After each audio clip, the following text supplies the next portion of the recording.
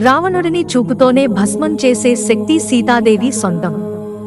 అయినా రామయ్య కోసం ఎందుకు చూసిందో తెలుసుకుందాం. హిందూ మతంలో ఆదర్శ మహిళ అంటే సీతాదేవి.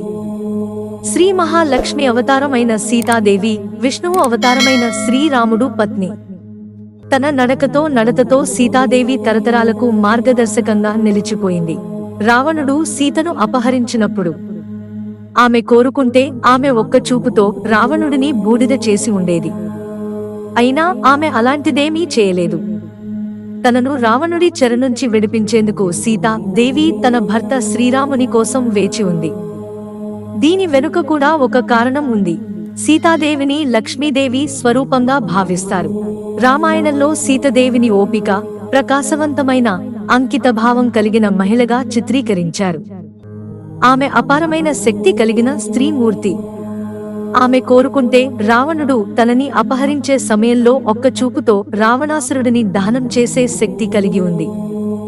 ఇది మాత్రమే కాదు, తనని అశోకవనంలో బందీగా చేసిన సమయంలో కూడా రావణుడిని శిక్షించే శక్తి ఆమెకు ఉంది. అయినప్పటికీ ఆమె అలా చేయలేదు. రాముడి చేతిలో రావణుడి మరణం ఖాయమని సీతాదేవికి తెలుసు. అందుకనే తన భర్తని గౌరవాన్ని, ధర్మాన్ని అనుసరిస్తూ స్వయంగా ఎటువంటి చర్య తీసుకోలేదు. అంతేకాదు, సీతాదేవి దశరథ మహారాజుకు చేసిన వాగ్దానం కారణంగా కూడా అలా చేయలేదు. గడ్డి కూడా బూడిద అయిపోయింది. పురాణాల ప్రకారం సీతాదేవి శ్రీరాముడిని వివాహం చేసుకుని తన అత్తమామల ఇంటికి వచ్చిన తర్వాత సీతాదేవి మొదట ఋషులు, కుటుంబ సభ్యుల కోసం పాయసం చేసింది. ఆమె వారికి పాయసం వడ్డిస్తుండగా బలమైన గాలి వీచింది. అందరూ తమ తమ ప్లేట్లను జాగ్రత్తగా చూసుకున్నారు. అయితే ఆ సమయంలో దశరథుని పాయసంలో ఒక చిన్న గడ్డి ముక్క పడింది. అప్పుడు సీతాదేవి పాయసంలో పడిన గడ్డిని చూసింది. ఆమె పాయసంలోని ఈ గడ్డిని ఎలా తీయాలి అని ఆలోచించడం ప్రారంభించింది. అది ఆమెకు పెద్ద సందిగ్ధంగా మారింది. తర్వాత దూరం నుంచి తీక్షణ దృష్టితో గడ్డిని చూసింది. సీతాదేవి చూపుతోనే ఆ గడ్డి బూడిదగా మారిందని అంటారు.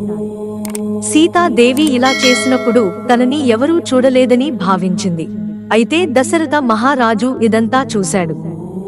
తన కోడలు సీతాదేవి తన సాధారణ మహిళ కాదని, ప్రపంచానికే తల్లి అని, శక్తి స్వరూపిణి అని దశరథ మహారాజు అర్థం చేసుకున్నాడు. మామగారికి వాగ్దానం చేసిన సీతాదేవి పాయసం తిన్న తర్వాత దశరథ మహారాజు తన గదిలోకి వెళ్ళాడు. ఆ తరువాత అతను తన కోడలైన సీతాదేవిని తన గదికి పిలిచి ఆమె చేసిన అద్భుతం గురించి తనకు తెలుసునని చెప్పాడు. దశరథుడు, అమ్మా, ఈ రోజు నేను నీ అద్భుతమైన శక్తిని ప్రత్యక్షంగా చూశాను అని అన్నాడు. మీ దృష్టిలో ఉన్న శక్తి అతీంద్రియమైనది. చాలా ప్రేమగా సీతాదేవితో, అమ్మా, నువ్వు ఆ గడ్డిని చూసిన దృష్టితో పొరపాటున కూడా నీ శత్రువును ఎప్పుడూ చూడకు. మీ కళ్లలో ఎల్లప్పుడూ కరుణ, ప్రేమని నిలుపుకోండి. మీ దృష్టి, మీ శక్తి రక్షణ, సంక్షేమం కోసమే ఉపయోగించాలి, విధ్వంసం కోసం కాదని చెప్పాడు దశరథ మహారాజు. ఈ కారణంగానే సీతాదేవి రావణుడిని దహనం చేయలేదు. శ్రీరాముడి కోసం వేచి ఉంది.